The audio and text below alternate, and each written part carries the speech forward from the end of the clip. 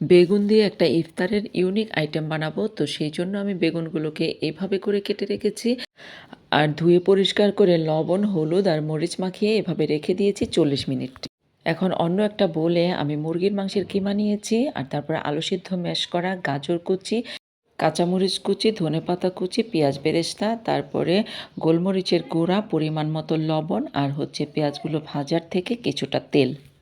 তারপর এগুলো মাখা হয়ে গেলে একপাশে রেখে দিয়ে অন্য আরেকটা বোলে 1.25 কাপ ময়দা, 3 টেবিল চামচ কর্নফ্লাওয়ার নিয়ে নিলাম।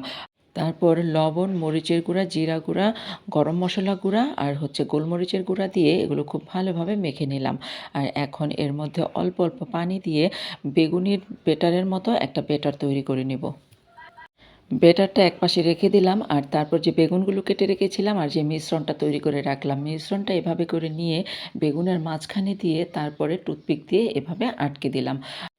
সবগুলো বেগুনই রেডি হয়ে গেছে আর বেটারটাও রেডি আছে। এখন আমি চলে যাব চুলায়। চুলায় আমি কড়াই বসিয়ে দিয়েছি আর তার মধ্যে পর্যাপ্ত পরিমাণে তেল দিয়ে দিলাম। তেলটাও গরম হয়ে গেছে আর তারপর যে বেটারটা রেডি করেছিলাম বেগুনগুলো সেই বেটারের মধ্যে এভাবে ডুবিয়ে ডুবিয়ে তেলের মধ্যে দিয়ে দিলাম।